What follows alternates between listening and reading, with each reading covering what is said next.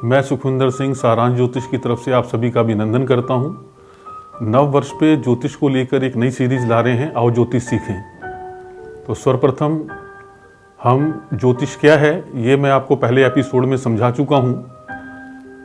जो ज्योतिष है हमारी, ये 3 चीज़ों का समावेश है, जिसमें हमारी आ जाती हैं राशियां, आ जाते हैं हमारे ग्रह और आ जाते हैं हमारे नक्षत्र। हमारे 9 ग्रह हैं, 12 राशियां हैं और 27 हमारे नक्षत्र हैं।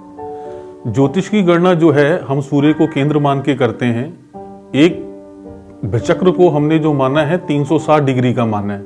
और अगर आप जन्म कुंडली देखेंगे तो जन्म कुंडली में हमारा जो है 12 भाव या 12 जो हैं हमारे खाने हैं।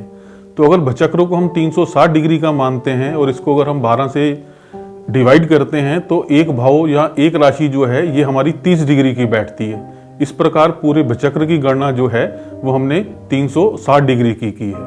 अब सबसे पहले ग्रहों की बात करते हैं। 9 ग्रह हैं हमारे। जो सर्वप्रथम ग्रह है हमारा सूर्य है, चंद्रमा है, मंगल है, बुध है, बृहस्पति है, शुक्र है, शनि है, राहु है और केतु है। ये राहु और केतु जो हैं ये हमारे छाया ग्रह हैं। जब हम एस्ट्रोनॉमी पढ़ाएंगे तो बताएंगे कि राहु केतु ज्योतिष में अपना क्या प्रभाव रखते हैं। तो जैसे हमने ग्रहों का आपसे नाम बताए, इसी प्रकार हमारी 12 राशियां हैं। जो सर्वप्रथम पहली राशि है हमारी मेष है, दूसरी राशि वृष है, तीसरी राशि मिथुन है, चौथी राशि कर्क है, 5वीं राशि सिंह है, 6ठी राशि कन्या है, 7वीं राशि तुला है, 8वीं राशि वृश्चिक है, 9वीं राशि धनु है, 10वीं राशि मकर है, 11वीं राशि कुंभ है और 12वीं राशि जो है वो हमारी मीन है। जो हमारे 9 ग्रह हैं इनमें राहु और केतु जैसे आपको बताया कि छाया ग्रह हैं। बाकी हमारे जो 7 ग्रह हैं वो इन 12 राशियों के स्वामी हैं, जिनमें सूर्य और चंद्रमा एक एक राशि का स्वामी है। जैसे कि चंद्रमा हमारा कर्क का स्वामी है और जबकि सूर्य हमारा सिंह राशि का स्वामी है। बाकी जो हमारे 5 ग्रह हैं वो 2-2 राशियों के स्वामी हैं। जैसे मंगल जो है वो मेष और वृश्चिक का स्वामी है, शुक्र जो है वो हमारा वृष और तुला का स्वामी है, बुध जो है वो हमारा मिथुन और कन्या का स्वामी है, बृहस्पति हमारा धनु और मीन का स्वामी है और शनि हमारा जो है वो मकर और कुंभ का स्वामी है। अब हम बात करते हैं नक्षत्रों की। जैसे कि मैंने आपको बताया कि हमारा विचक्र जो है वो 360 डिग्री का है। यदि 12 भाव में हम 27 नक्षत्रों की प्लेसमेंट देखें तो ज्योतिष में एक नक्षत्र का मान 13 डिग्री 20 मिनट लिया गया है। एक नक्षत्र के हमारे 4 चरण होते हैं और एक चरण हमारा जो है वो 3 डिग्री 20 मिनट का होता है। जैसे कि मैंने आपसे कहा कि हमारे एक भाव में 2.25 नक्षत्र आते हैं। इस प्रकार यदि हम देखें तो एक नक्षत्र हमारा 13 डिग्री 20 मिनट का हुआ, दूसरा नक्षत्र हमारा फिर 13 डिग्री 20 मिनट का हुआ, कुल जोड़ हमारा 26 डिग्री 40 मिनट हुआ। और अगर चौथे चरण की बात करें तो चौथा चरण हमारा 3 डिग्री 20 मिनट का बैठा। और अगर इसको भी इसमें हम जोड़ते हैं तो 2.25 नक्षत्र के हिसाब से एक राशि में हमारे 30 डिग्री का हिसाब बैठता है, जिससे 2.25 नक्षत्र जो हैं वो हमारी एक राशि में ज्योतिष के अनुसार जो है इनकी हमने गणना की है। तो जैसे मैंने अभी राशियों के बारे में बताया, आपको ग्रहों के बारे में बताया और आपको नक्षत्रों के बारे में बताया। अब बात करते हैं कि जब बच्चा पैदा होता है तो सबसे पहले ये देखा जाता है कि बच्चे का पाया क्या है, बच्चा किस पाए में पैदा हुआ है। ज्योतिष अनुसार हमारे ज्योतिष में 4 पायों का उल्लेख किया गया है, जिसे कहा जाता है कि सोने का पाया, चांदी का पाया, तांबे का पाया और लोहे का पाया। अब यदि हम सोने की पाए की बात करते हैं, जब भी चंद्रमा लगन से, या हम भाव से बात कर रहे हैं, राशि की बात नहीं कर रहे, जब भी चंद्रमा लगन से 1, 6, 11 भाव में होता है तो बच्चे के जो हैं वो सोने के पाए होते हैं। और जब भी हमारा चंद्रमा 2, 5, 10 भाव में होता है तब व्यक्ति के चांदी के पाए होते हैं। और जब चंद्रमा हमारा लगन से 3, 7, 10 भाव में होता है तो हमारे तांबे के पैर होते हैं। और जब चंद्रमा लगन से 4, 8, 12 में होता है तो तब बच्चे के लोहे के पाए होते हैं। मेरे अध्ययन अनुसार जो सोने का पाया है ये ननिहाल पक्ष के लिए थोड़ा सा कमजोर माना जाता है और चांदी और तांबे का पाया जो है ये पूरे परिवार के लिए हर प्रकार से एक सुख समृद्धि और शुभ माना गया है।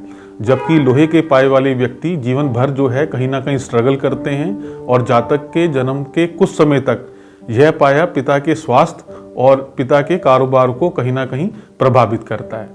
आगे जब हम उपाय की बात करेंगे तो आपको बताएंगे कि जब बच्चा सोने के पाया लेके पैदा हो तो हमें क्या उपाय करने चाहिए, और जब बच्चा लोहे का पाया लेके पैदा हो तो हमें जो है क्या उपाय करने चाहिए। अब हम आगे बढ़ते हैं।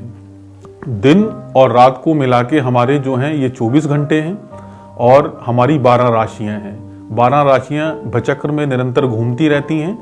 यहाँ मैं ये आपको बताना चाहूँगा कि जो नक्षत्र हैं ये हमारे ग्रह और राशियों की चलने की दूरी को नापने या गणना करने का एक तरीका है कि राशि हमारी कितनी डिग्री चल चुकी है, ग्रह हमारा कितनी डिग्री चल चुका है, इन सब की गणना हम नक्षत्रों द्वारा करते हैं। यदि हम इसको ये कहें कि नक्षत्र जो हैं ये हमारे मिलस्टोन हैं, अगर हम कहीं का भी सफ़र करते हैं तो हम अपने सफ़र से अपनी मंजिल तक पहुंचने के लिए कितनी दूरी तय कर चुके हैं, इस दूरी को नापने का जो तरीका जिसको हम मिलस्टोन कहते हैं ये नक्षत्र है।